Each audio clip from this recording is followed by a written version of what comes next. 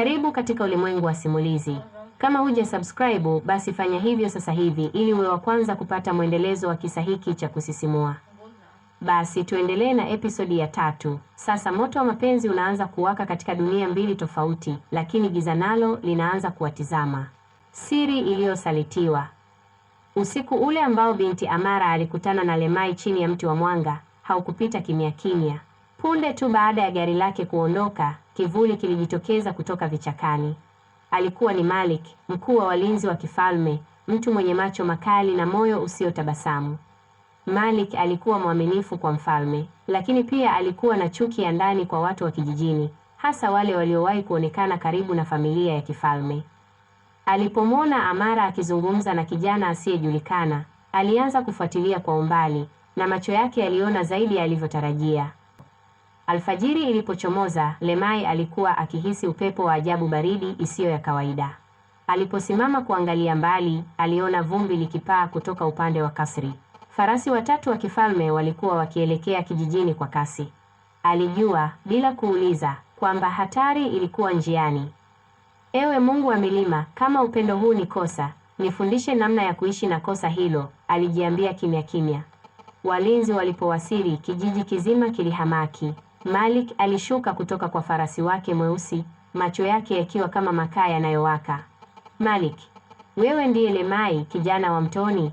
Lemai kwa unyenyekevu, ndiyo bwana. Malik, mfalme anakutaka kasrini.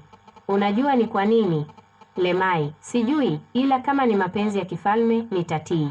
Hakukuwa na nafasi ya kujitetea. Mikono yake ikafungwa na kijiji kikabaki kimya.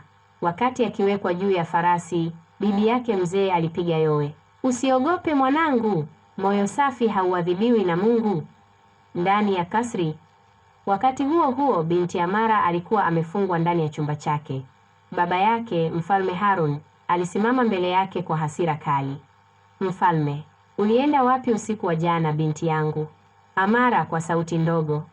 Nilihitaji kupumua baba. Mfalme, kupumua? Ukiwa na kijana mchafu wa kijijini, uliaibisha damu ya kifalme. Nitampa somo kijana huyo ambalo kijiji kizima hakitasahau. Machozi yakaanza kutiririka usoni mwa Amara, si kwa hofu, bali kwa uchungu wa upendo unaokandamizwa. Gereza la barafu. Lemai alitupwa gerezani kwenye pango la barafu chini ya kasri. Lakini hata gizani, moyo wake haukuwa na giza. Alitoa kidani cha fedha alichopewa na Amara, akakishika kifuani. Hata kama dunia imenigeuka, moyo wake utaniangazia njia, aliongea kimya. Sauti ya funguo ilisikika. Malik aliingia akicheka kwa dharau. Malik, ulivyojifanya shujaa wa kifahari, ulifikiri unaweza kumpata binti wa mfalme. Lemai, sikupigania hadhi, nilifuata moyo wangu. Malik akimkaribia, mioyo kama yako ndiyo huangamiza falme. Kesho jua likichomoza, hutakuwepo duniani. Malik alitoka huku akicheka na mlango ukafungwa kwa kishindo. Lakini muda mfupi baadaye, sauti laini ilisikika kutoka gizani. Lemai, ni mimi.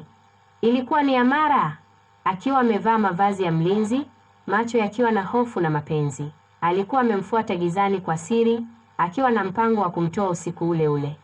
Lakini wakati wakijiandaa kutoroka, mlango wa chumba cha chini ukaanza kugongwa kwa nguvu. Sauti ya Malik ikasikika nje. Nilisema hakuna anayeingia humu usiku, nani yumo ndani? Amara na Lemai wakakutana macho kwa macho. Muda haukutosha. Mlango ukavunjika, mwanga wa taa ukalipuka, na Malik akaingia akiwa na upanga mkononi. Je, watabaki hai? Je, upendo unaweza kupigana na upanga wa kifalme? Usikose sehemu inayofuata.